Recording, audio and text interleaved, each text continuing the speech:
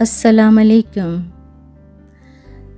مشہور رائٹر امتیاز گلیانوی کی مشہور کتاب قلم میں بند 15 سال اب آپ سن سکتے ہیں آڈیو میں۔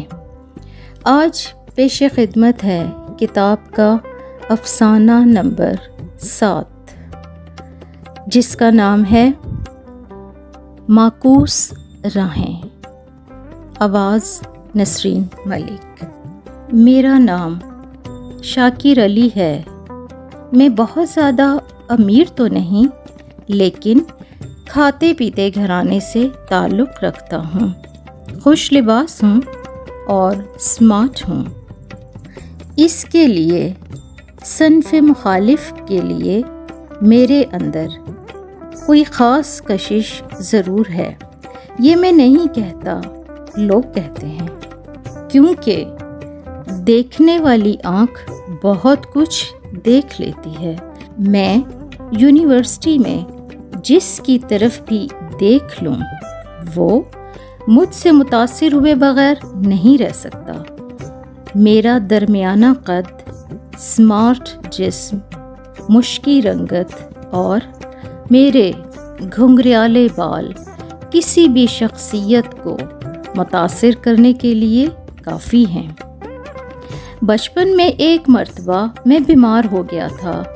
اس بیماری کی وجہ سے میرا جسم سوکھ گیا اور ایک ٹانگ تو خاصی متاثر ہوئی، جس کی وجہ سے میں لنگڑا کے چلنے لگا۔ مگر اس طرح دلیپ کمار کے ساتھ ہوا تھا۔ میرے ساتھ بھی وہی ہوا۔ دلیپ کمار نے پہلے تو اپنے اصل نام یوسف خان کے ساتھ فلموں میں کام کرنا چاہا، مگر ہندوؤں کی کم نظری کی وجہ سے اسے کام نہ مل سکا۔ پھر وہ دلیپ کمار کے فرضی نام سے فلموں میں آیا۔ پہلی فلم میں جب دلیپ کمار کو کام ملا تو وہ بہت خوش ہوا اور ساتھ ہی تھوڑا نروس بھی۔ دلیپ کمار کو سب سے زیادہ پریشانی اپنے بالوں کی وجہ سے تھی۔ اس کے بال کسی بھی طرح سے سیٹ نہیں ہو رہے تھے۔ دلیپ نے 1000 طریقے آزمائے، مگر بالوں کی ایک لٹ اس کے ماتھے پر لہراتی ہی رہی۔ مجبوراً دلیپ نے بالوں کو ویسے ہی چھوڑ دیا۔ فلم کی شوٹنگ مکمل ہوئی تو دلیپ کہنے لگا، اگر اس فلم میں میرا کام پسند نہ کیا گیا یا یہ فلم فلاپ ہوئی تو اس کی بڑی وجہ میرے بال ہوں گے، جو کہ کسی بھی طرح سے سیٹ نہیں ہو رہے تھے۔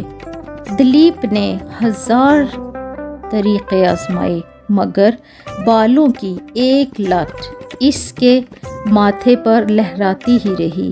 مجبوراً دلیپ نے بالوں کو ویسے ہی چھوڑ دیا۔ فلم کی شوٹنگ مکمل ہوئی تو دلیپ کہنے لگا، اگر اس فلم میں میرا کام پسند نہ کیا گیا یا یہ فلم فلاپ ہوئی تو اس کی بڑی وجہ میرے بال ہوں گے، جو کہ کسی بھی طرح سے سیٹ نہیں ہو رہے تھے، خاص طور پر بالوں کی ایک لٹ جو ماتھے پر لہراتی رہتی ہے۔ اس نے تو میرا سارا امیج خراب کر دیا ہے، مگر خدا کو کچھ اور ہی منظور تھا۔ دلیپ کمار کی وہ فلم ہٹ ہو گئی اور ساتھ ہی دلیپ کمار بھی، اور سبھی یہ کہنے لگے کہ دلیپ کی کامیابی میں اس کے بالوں کا بھی بڑا کردار ہے، خاص طور پر بالوں کی وہ لٹ جو دلیپ کمار کے ماتھے پر لہراتی رہتی ہے۔ پھر وہ لٹ دلیپ کی شخصیت کا ایک لازمی جزو بن گیا اور پورے ایشیا میں دلیپ کمار کا ہیئر سٹائل نقل کیا جانے لگا۔ میرے ساتھ بھی کچھ ایسا ہی ہوا۔ میں نے جب جوانی کی دہلیز پر قدم رکھا تو میرا سوکھا بدن اسمارٹ کہلوانے لگا اور میری چال کی لنگڑاہٹ نے خدا جب حسن دیتا ہے نزاکت آ ہی جاتی ہے کہ مصداق میری شخصیت مزید نکھار دی اور میری چال مستانہ رنگ اختیار کر گئی۔ لباس کے سلسلہ میں اکثر ایسے رنگوں کا انتخاب کرتا ہوں جو یونیورسٹی میں کسی اور لڑکے نے کبھی نہ پہنے ہوں۔ اوپر سے میرا ہیئر سٹائل دیکھنے والوں کو مسحور کر دیتا ہے۔ میں اکثر اپنے بالوں کے ایسے سٹائل بناتا ہوں کہ سمن بھی میرے بالوں کو دیکھ لے تو اپنا سر منڈوا لے۔ میں جس یونیورسٹی میں پڑھتا ہوں وہ میرے معیار سے خاصی نیچے ہے۔ استاد جاہل قسم کے ہیں، بینچ اور کرسیاں بھی خاصی پرانی ہیں۔ میرے ساتھی لڑکے بھی بس ایویں ہی ہیں۔ ہاں، چند لڑکیاں بہرحال قبول صورت ضرور ہیں، مگر میں نے انہیں بھی کبھی لفٹ نہیں کروائی۔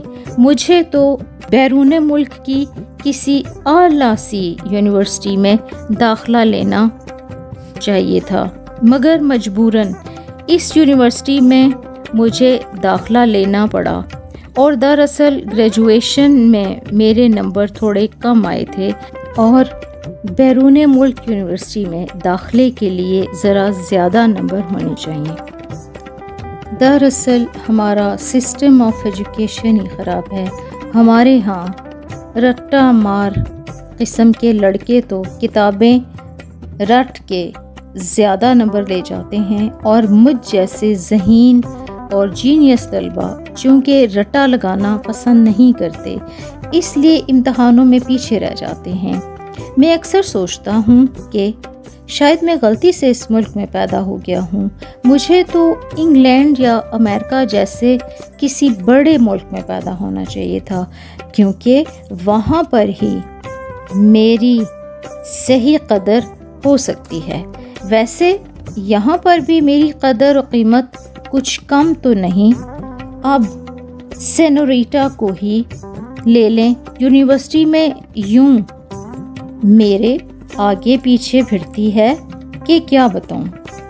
وہ ہے تو بہت خوبصورت، مگر میرے معیار کی نہیں ہے۔ خاصی امیر بھی ہے کیونکہ گاڑی میں یونیورسٹی آتی ہے۔ سینوریٹا کا رکھ رکھاؤ بھی شہزادیوں جیسا ہے، شاید اسی لیے یونیورسٹی میں سب اسے سینوریٹا کہتے ہیں، حالانکہ اس کا اصل نام ہما ہے۔ پوری یونیورسٹی اس کی ایک جھلک دیکھنے کے لیے بے قرار رہتی ہے، اور وہ میری دید کو ترستی رہتی ہے۔ پہلے دن اس نے مجھے دیکھا تو دیکھتی ہی رہ گئی۔ سینوریٹا کو میری شخصیت نے اس قدر متاثر کیا کہ وہ دنیا و مافیا سے بے خبر ہو گئی۔ پتھر کے بت کی طرح ٹکٹکی باندھ کر مجھے دیکھنے لگی۔ سب لڑکے لڑکیاں حیرت سے اس کی طرف دیکھ رہے تھے، مگر سینوریٹا تو میری شخصیت کے سحر میں اس قدر گم تھی کہ اسے کسی کی بھی پرواہ نہیں تھی۔ سینوریٹا کو میری شخصیت کے سحر سے نکلنے اور ہوش میں آنے میں خاصا وقت لگا۔ سینوریٹا نے کوشش کی کہ مجھ سے بات کرے، مجھ سے بے تکلف ہو، مگر میں نے شان بے نیازی سے اسے نظر انداز کیا اور آگے بڑھ گیا۔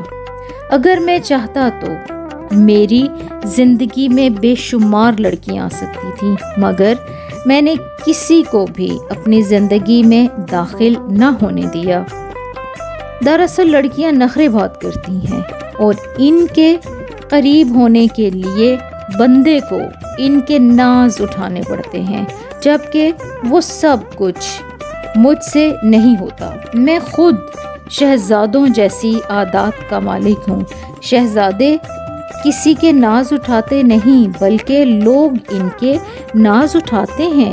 سینوریٹا کے سلسلے میں بھی مجھے پتا تھا کہ جو ہی میں آگے بڑھوں گا وہ پیچھے ہٹ جائے گی اور خواہ مخواہ کی جگ ہنسائی ہوگی۔ دراصل 1-2 مرتبہ پہلے بھی ایسا ہو چکا تھا۔ سینوریٹا سے میری دوسری ملاقات یونیورسٹی کی کینٹین میں ہوئی۔ ویسے تو اس کی نظریں ہر وقت میرا ہی تعاقب کرتی رہتی تھیں اور وہ مجھے دیکھنے کے لیے بےتاب سی رہتی تھی، مگر باقاعدہ ملاقات یا ٹکراؤ کینٹین میں ہوا۔ اس دن میں گھر سے جلدی نکل آیا تھا، اس لیے ناشتہ بھی نہ کر سکا تھا۔ کینٹین میں بھرپور قسم کا ناشتہ جاری تھا۔ ناشتے کے دوران میں ذرا دیر کے لیے میں نے سر اٹھا کر دیکھا تو میرے سامنے والی میز پر سینوریٹا بیٹھی تھی۔ نہ صرف بیٹھی تھی بلکہ مسلسل مجھے گھورے جا رہی تھی۔ حالانکہ گھورنا تو صرف مردوں کو ہی زیب دیتا ہے، مگر سینوریٹا نے اپنے جذبات کے اظہار میں سب کچھ پیچھے چھوڑ دیا تھا۔ اس کی چاہت، اس کی طلب آنکھوں سے صاف عیاں ہو رہی تھی۔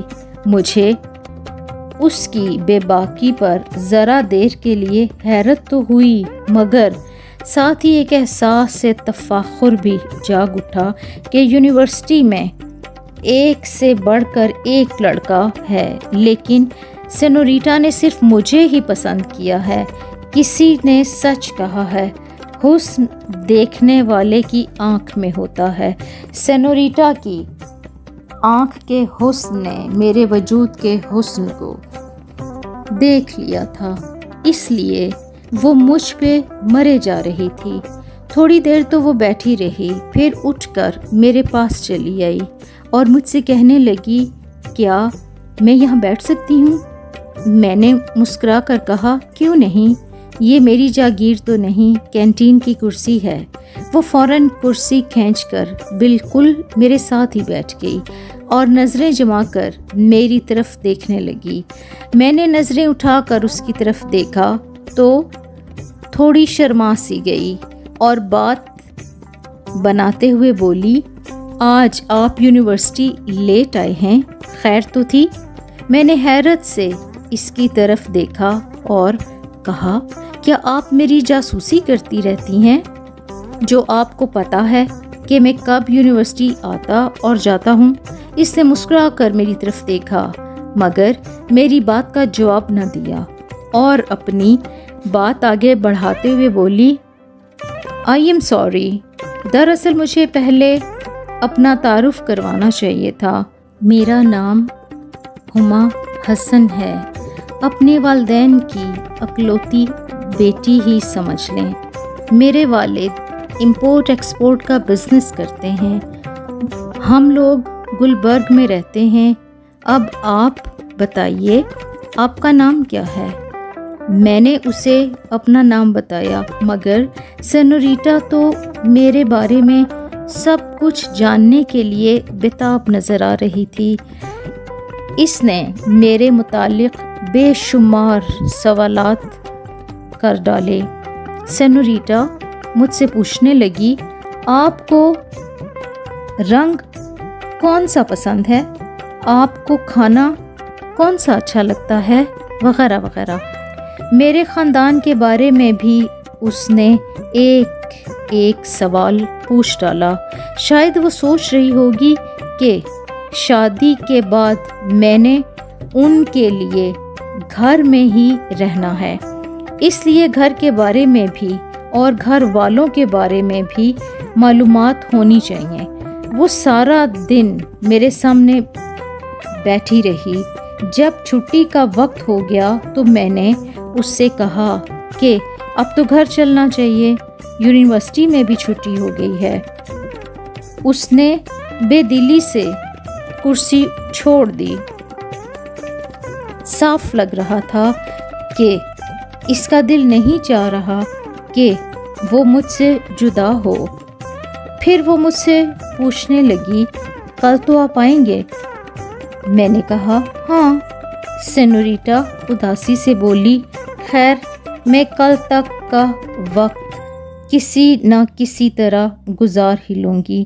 جاتے جاتے اس نے رک کر میری طرف دیکھا، پھر رک کر بولی، آپ سے مل کر، آپ سے باتیں کر کے مجھے بہت سکون ملتا ہے۔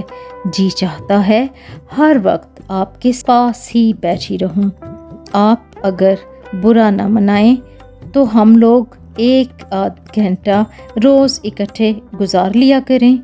میں اس لڑکی کی ایک ایک بات سن کر حیرت کے سمندر میں ڈوب رہا تھا اور اپنی شخصیت کے تاثر کا صحیح اندازہ لگانے کی کوشش کر رہا تھا کہ میری شخصیت نے اس پر کیسا جادو کیا ہے، جس لڑکی کے بارے میں پوری یونیورسٹی میں مشہور ہے کہ ناک پر مکھی نہیں بیٹھنے دیتی، اور پوری یونیورسٹی میں کسی لڑکے میں اتنی جرأت نہیں جو اس سے بات کر سکے، مگر وہ کھری کھری سنانے میں اپنا ثانی نہیں رکھتی۔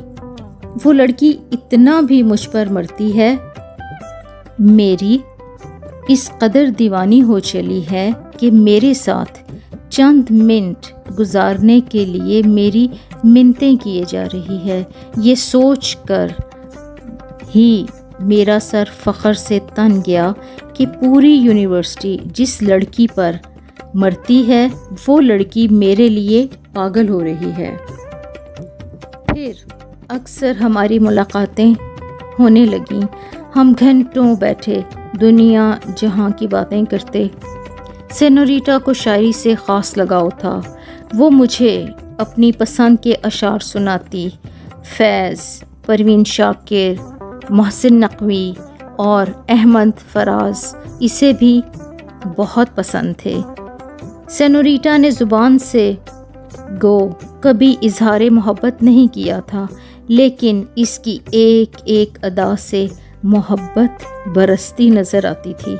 وہ اکثر مجھے اپنے ساتھ گاڑی میں بٹھا کر لے جاتی، مجھے میری پسند کے کھانے کھلاتی، میری پسند کے کپڑے اور دوسری چیزیں مجھے لے کر دیتی۔ میں جو بات بھی منہ سے نکالتا اسے ماننا اور اس پر عمل کرنا وہ اپنا فرض سے اولین سمجھتی۔ مجھے تو بڑا مزہ آتا جب سینوریٹا میری ہر ضد پوری کرتی۔ بندے کی زندگی کا سب سے حسین لمحہ وہ ہوتا ہے جب وہ کسی حسین لڑکی سے روٹھا ہو اور وہ لڑکی اسے منا رہی ہو۔ میری زندگی میں تو ایسے لمحے بار بار آتے تھے، بلکہ میں تو جان بوجھ کر اس سے دن میں کئی مرتبہ ناراض ہوتا تھا، صرف اس کی محبت کو آزمانے کے لیے، مگر وہ منتیں ترلے کر کے فوراً مجھے منا لیتی۔ سینوریٹا مجھے جن جگہوں پر لے جاتی ان کے بارے میں نے سنا تو تھا مگر انہیں دیکھا نہیں تھا۔ اس کے علاوہ کار میں بیٹھنے کا اپنا ہی مزہ تھا۔ سینوریٹا سے ملنے سے پہلے میں پوری زندگی میں صرف ایک مرتبہ پرائیویٹ کار میں بیٹھا تھا، وہ بھی اس وقت جب میرے چچا کی بارات لاہور سے وزیر آباد جا رہی تھی۔ سینوریٹا کے ساتھ گھوم پھر کر مجھے احساس ہوا کہ اصل زندگی کیا ہے۔ پہلے تو میں صرف عمر کے نقشے میں وقت ہی بھرتا رہا تھا۔ سینوریٹا ایک دن میں مجھ پر اتنا خرچ کر دیتی تھی جتنی ہماری ایک ماہ کی آمدنی بھی نہ تھی، مگر میں اپنی شخصیت کے جادو کی داد دے رہا تھا جس نے سینوریٹا کو پوری طرح مسخر کر رکھا تھا۔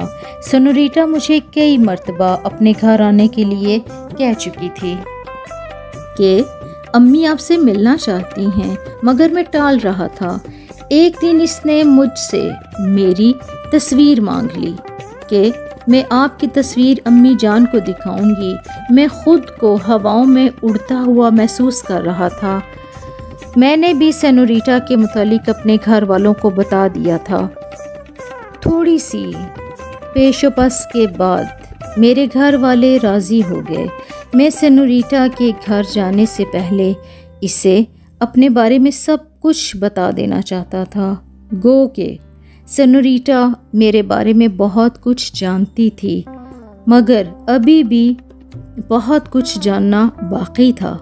کافی سوچ و بچار کے بعد میں نے ایک خط سینوریٹا کے نام لکھا، جس میں پہلے تو اس کے نظر انتخاب کی داد دی، پھر اپنے متعلق بہت کچھ بلکہ سب کچھ بتایا اور بہت ہی اقرار محبت بھی کر لیا۔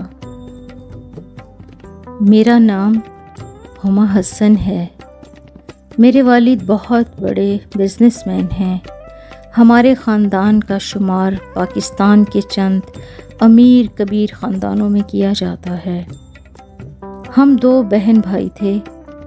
میرے بھائی کو بچپن میں پولیو ہو گیا تھا، جس کی وجہ سے وہ اکثر بیمار رہتا تھا۔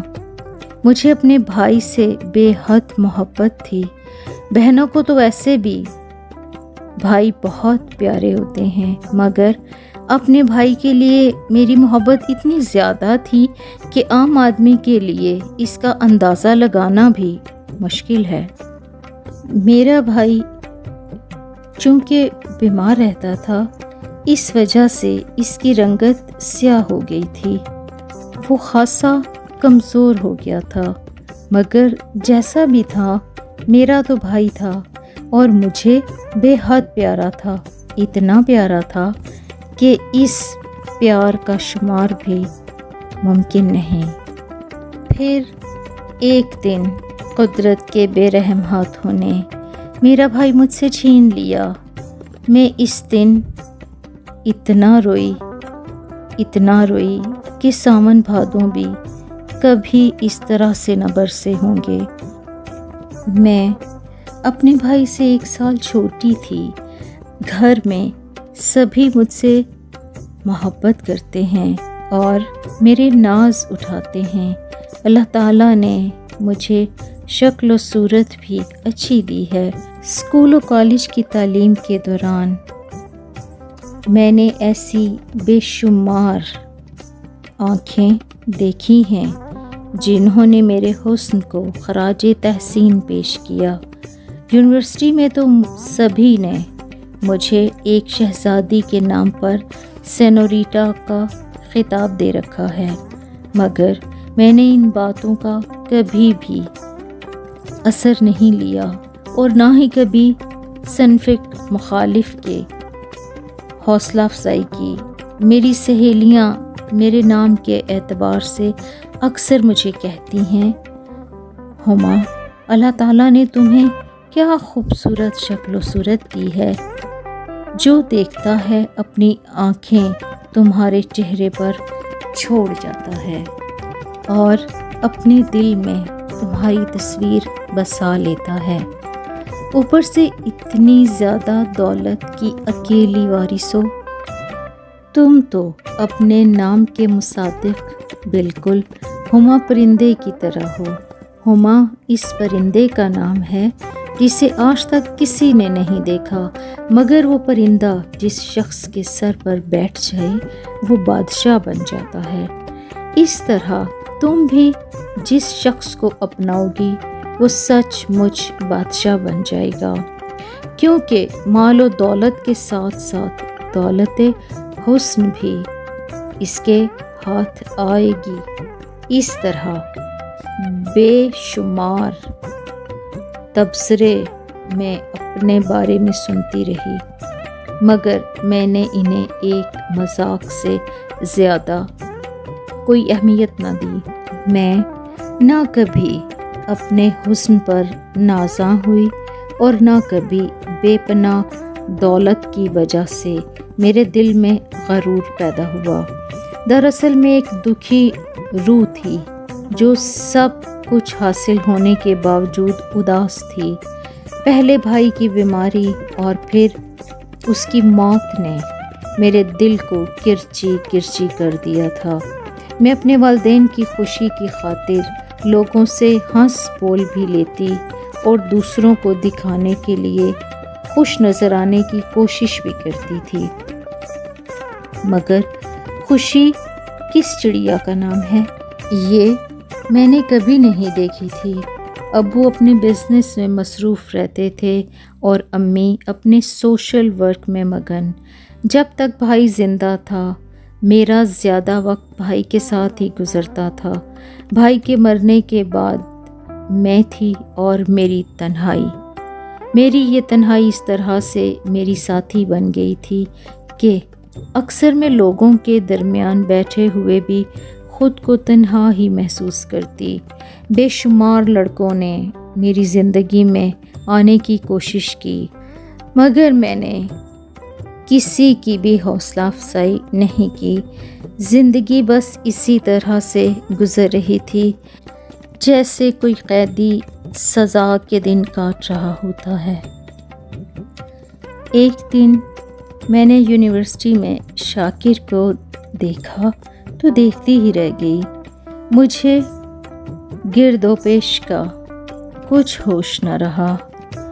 میں اسے دیکھنے میں اس قدر محو ہو گئی کہ اپنے آپ تک کو بھول گئی اور کئی سہیلیوں کے مذاق کا نشانہ بھی بنی، مگر شاکر کی خاطر میں نے یہ سب کچھ برداشت کر لیا۔ شاکر کو دیکھ کر میری بے سکون زندگی کو قرار سا آ گیا۔ میری نگاہیں ہر وقت شاکر کو ہی تلاش کرتی رہتی اور میرا دل یہ چاہتا کہ میں ہر وقت شاکر کے پاس ہی بیٹھی رہوں۔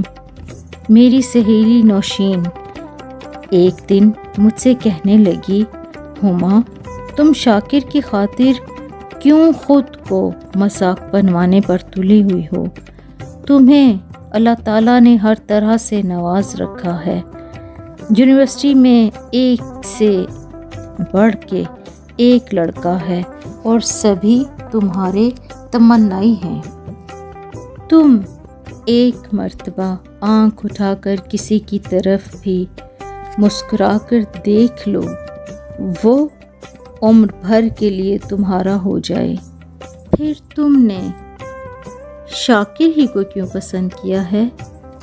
ویسے تو ہر چیز کے انتخاب میں تمہارا معیار بہت اعلیٰ ہے، سبھی تمہاری نفاست پسندی اور حسن انتخاب کی داد دیتے ہیں، مگر شاکر کے معاملے میں تم نے سب کو حیران و پریشان کر دیا ہے۔ خدا جانے تمہیں اس میں کیا نظر آیا ہے، کیونکہ بظاہر تو اس میں ایسی کوئی ایک بھی خوبی نہیں ہے جسے کوئی عام سی لڑکی بھی پسند کر سکے۔ پھر تم نے اسے کیوں چنا؟ شاکر کی شکل و صورت تو دیکھو، سیاہ رنگت، بھدے نکوش، بونا قد، پولیو زدہ مریل سا جسم، چال میں لنگڑاہٹ اور اوپر سے اس کا حسن انتخاب، ماشاء اللہ، ایسے ایسے رنگوں کے کپڑے پہنتا ہے کہ کیا بتاؤں۔ ایمان سے پورے کا پورا جوکر لگتا ہے۔ پوری یونیورسٹی میں کوئی لڑکی اس سے بات کرنا تو درکنار اس کی طرف دیکھنا بھی پسند نہیں کرتی، اور ایک تم ہو کہ بس اسی کے لیے مرے جا رہی ہو۔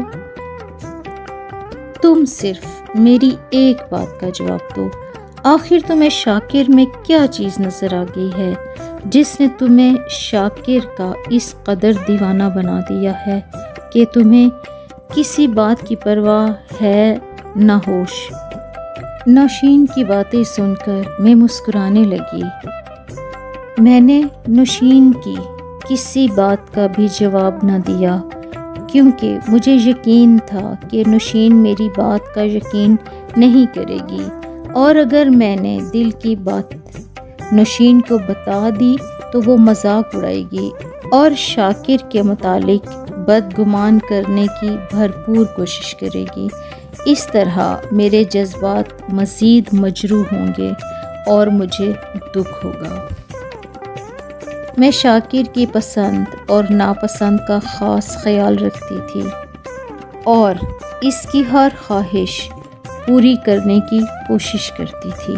ایک دن میں شاکر کے ساتھ ایک ہوٹل میں بیٹھی کھانا کھا رہی تھی۔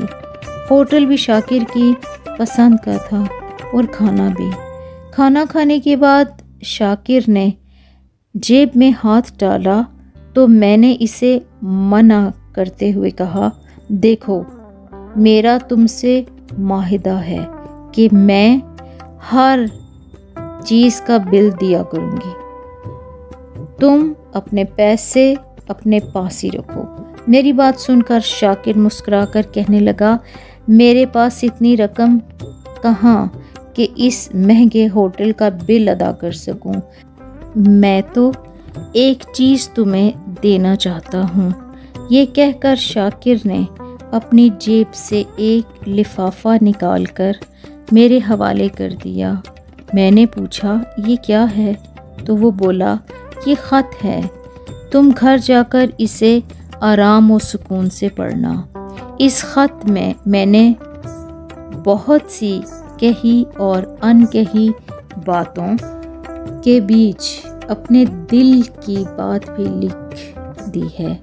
شاکر کی دو باتیں میں نے نوٹ کی تھیں۔ ایک تو وہ بات بات پہ روٹھ جاتا تھا اور دوسرے وہ باتیں کم ہی کرتا تھا، اکثر شرماتا رہتا تھا۔ مجھے پتا تھا کہ جس ماحول اور جن حالات میں اس نے اپنی زندگی گزاری ہے، اس میں احساس کمتری پیدا ہو جانا فطری بات ہے۔ بیچارہ شاکر جسمانی، خاندانی، ذہنی اور مالی کسی بھی اعتبار سے نارمل نہیں تھا، اس لیے میں اس کی ایسی ویسی باتوں کی پرواہ کم ہی کرتی تھی۔ ہاں، میری یہ کوشش ضرور ہوتی کہ میری ذات سے اسے کوئی تکلیف نہ پہنچے، بلکہ میری وجہ سے اس کی زندگی میں خوشیاں ہی خوشیاں بھر جائیں۔ شاکر کو شاعری سے بس لگاؤ واجبی سا تھا، مگر مجھے شاعری کا بے حد شوق تھا۔ میں روز شاکر کو اپنی پسند کی کم از کم ایک غزل ضرور سناتی۔ گھر پہنچ کر میں سیدھی اپنے کمرے میں گئی اور لفافہ کھول کر دیکھا۔ لفافے کے اندر ایک سستی سی خوشبو سے معطر 4 صفحات پر مشتمل ایک خط تھا۔ جب میں نے خط پڑھنا شروع کیا تو میرے دل کی دھڑکن تیز ہو گئی۔ ہر لفظ کے ساتھ میرا بلڈ پریشر بڑھنے لگا۔ جب میں نے خط ختم کیا تو مجھے چاروں طرف اندھیرا ہی اندھیرا نظر آ رہا تھا۔ مارے غصے کے میرے جسم کا رواں رواں کانپ رہا تھا۔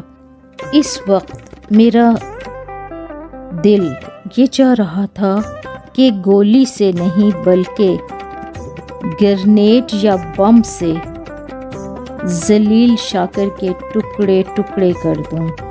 خط میں شاکر نے انتہائی بھونڈے اور فلمی انداز میں مجھ سے اظہار محبت کیا تھا اور وہ مجھ سے شادی کرنا چاہتا تھا، جبکہ میں نے اپنے مردہ بھائی کا ہم شکل ہونے کی وجہ سے ہمیشہ اسے ایک بھائی کی نظر سے دیکھا تھا، صرف ایک بھائی کی نظر سے۔ مگر اس کم ظرف نے میرے ان التفات اور احساسات کا کچھ اور ہی مطلب نکال لیا۔ نیچاں دی اشنائی کولوں فیض کسے نہیں پایا، نیچاں دی اشنائی کولوں فیض کسے نہیں پایا، ککر تے انگور چڑھایا۔ ہر گچھا زخمایا۔ آواز نسرین ملک۔